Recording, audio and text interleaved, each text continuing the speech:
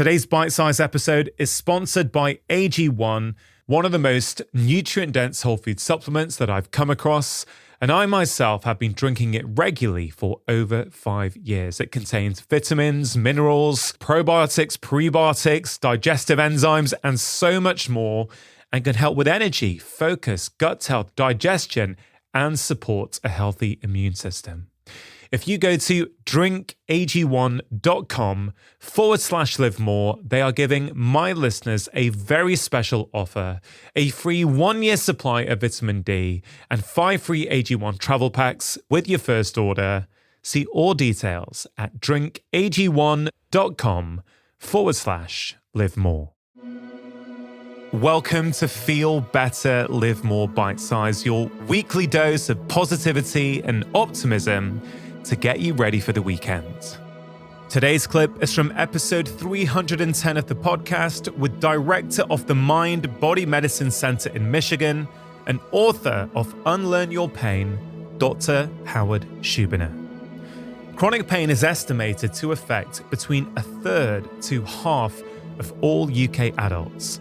And Howard believes that in many cases of chronic pain, your brain has created a neural pathway which remembers the pain and keeps you trapped in a vicious cycle.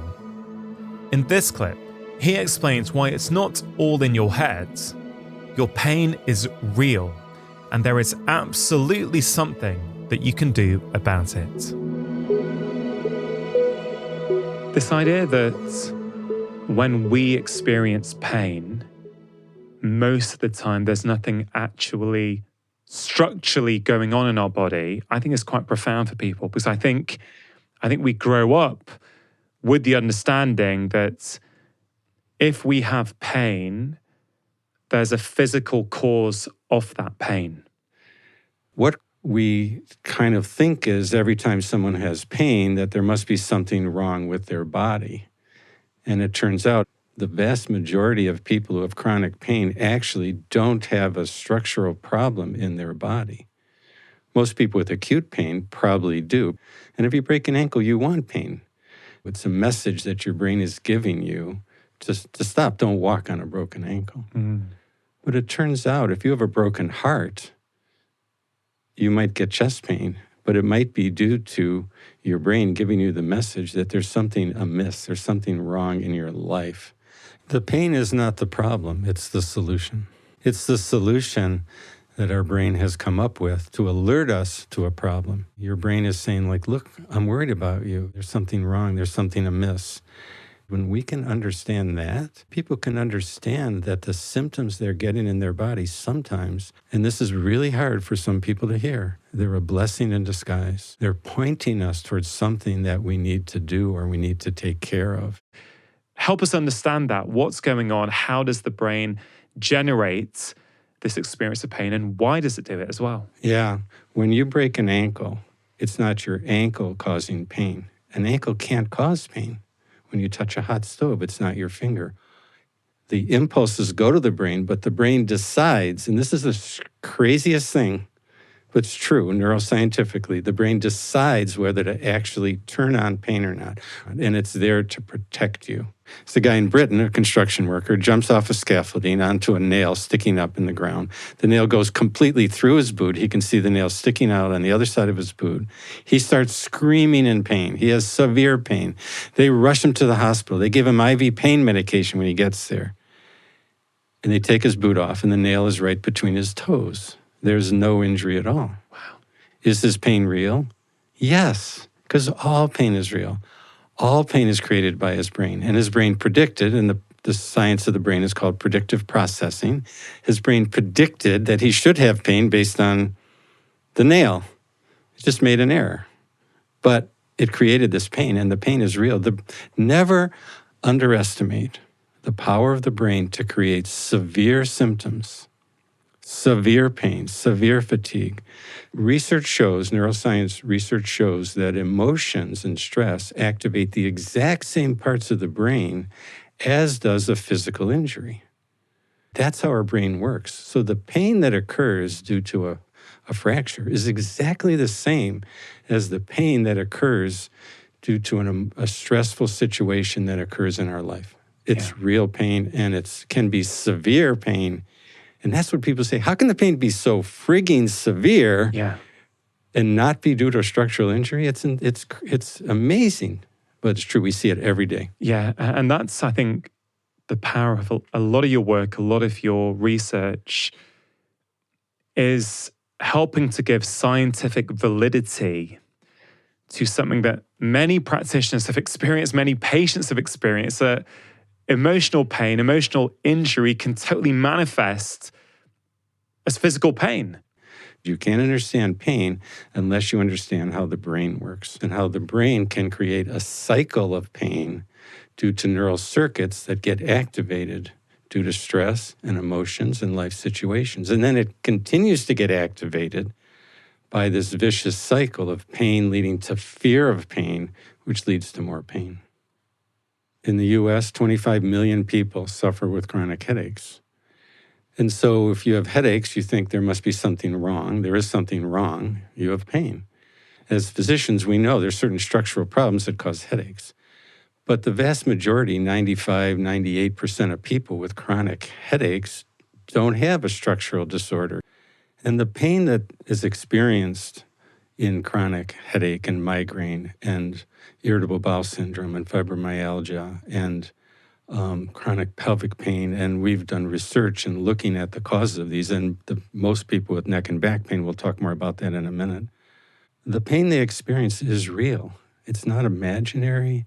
It's not in their head, but it is in their brain because of neural circuits in their brain when the doctors can't find anything wrong, which is the case most of the time. We did a study on chronic neck and back pain, and we haven't published it yet. But a colleague I have in the States examined 220 consecutive patients coming into his clinic with chronic neck and back pain. He's a physiatrist, physical medicine physician. And he determined that 88% of them had non-structural pain. I mean, that is shocking. Because if you go to a doctor with chronic neck or back pain or a chiropractor, or because they're going to say, oh, well, you have degenerative disc disease. Look, it's on the x-ray or the MRI. You have got bulging discs. Yeah. The vast majority of people have those things on x-ray, as I do in my neck, without pain at all. If you take 30-year-olds, people in their 30s, and you do an MRI, these are people with no pain at all. 40% of them have degenerative disc disease. 30% have bulging discs. These are 30-year-olds. These are normal findings that occur with aging. So what happens when you're 50?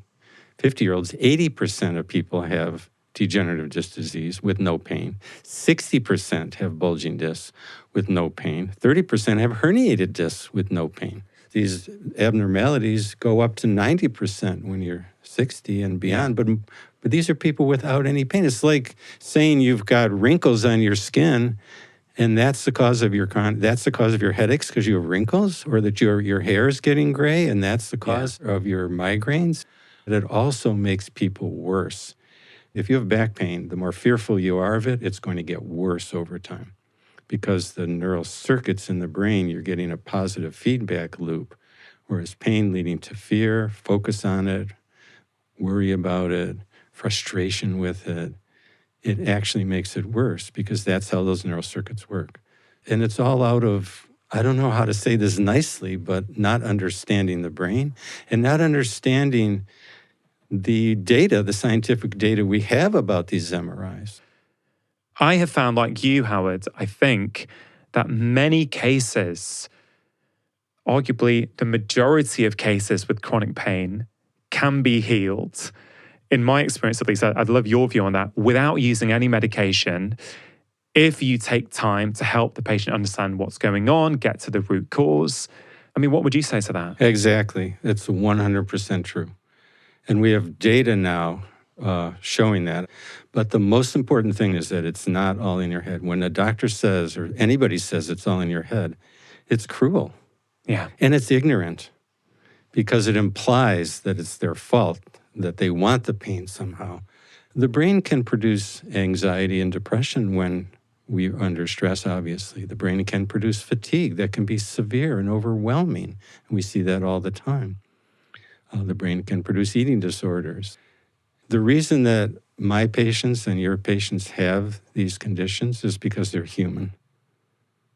They're just human. They have a brain, they have a body, they react to stress that occurs in life, and everybody has some of these. Everyone does. You know, I like to say when I started my internship, I was a young doctor. I got diarrhea for 6 months. Well, was that diarrhea real? Well, it's real. You can see it. But it wasn't because I had something wrong in my bowel. If I can say this on here, I was scared shitless, you know, of being a young doctor and making mistakes and hurting people. And I was just being human. And so it's amazing how powerful our mental experience is in determining how we function day to day in our lives. Now, is there pushback on this? It is massive. I mean, prepare yourself for letters and people, you know, really, you know, misunderstanding the idea of the pain being real, of the symptoms, of the suffering being real. You know, and I've been there and you've been there. You know, when my mom was dying, I had, this horrible upper back and neck pain, and it just lasted and lasted and lasted. And when my dad was dying, I had leg pain shooting down my leg, and I still get pains now sometimes, even for no reason. That's the critical thing that we and physicians and PTs and everyone need to understand, to look carefully, to really listen to people. What is the history of the pain? Because if the pain is turning on and off, structurally, if you break your arm, the pain doesn't turn on and off. Yeah. If you go away on vacation, it goes away, and you come back to work, it comes back again. That's a neural circuit problem.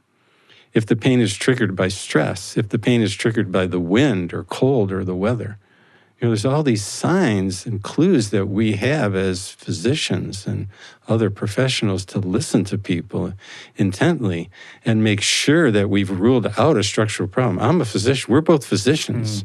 You know, we know that the last thing we want to do is miss a tumor, miss an infection, miss an inflammatory condition, miss something. We desperately want to avoid doing that.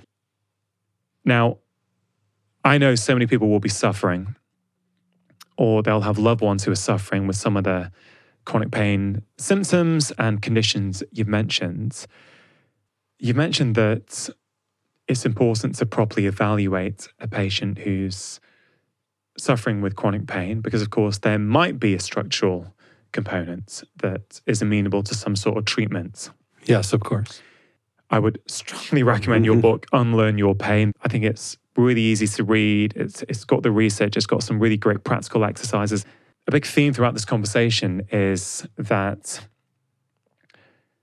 unprocessed emotions that get stored inside of us that we don't do anything with can, in some individuals, generate pain. Correct. What happens is we respond normally with fear of them. There's 6 F's. Fear of them, worry about them, worried of what's going on, focus on them, paying attention, monitoring all the time, fighting them, trying to push back, which gives them so much power, frustrated by them because we're angry and upset, trying to figure them out, going to all sorts of practitioners and therapies, and then finally trying to fix it. But the harder we do all those things, that gives the brain the message there's a problem, and it makes it worse. So this vicious feedback cycle of pain and other symptoms leading to these responses, the 6 F's, fear being one of the most important, leading to more pain.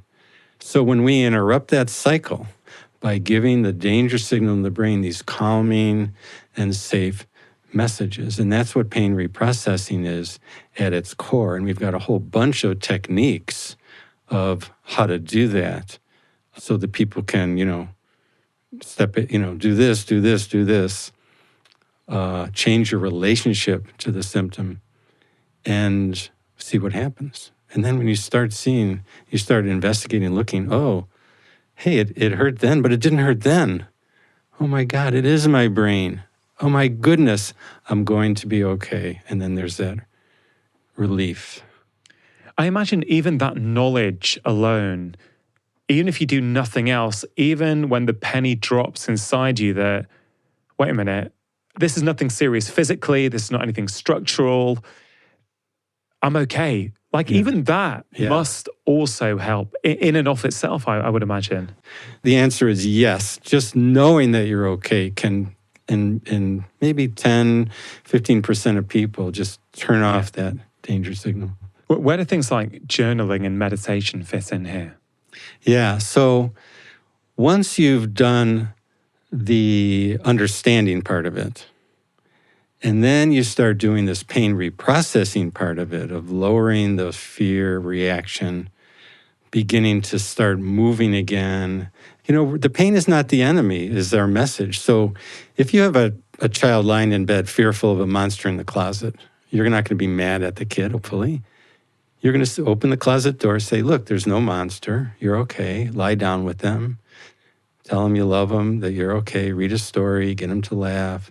They'll go to bed, right? That's how we're treating the brain, because the brain is just fearful. It's worried about you in the sense of causing these symptoms.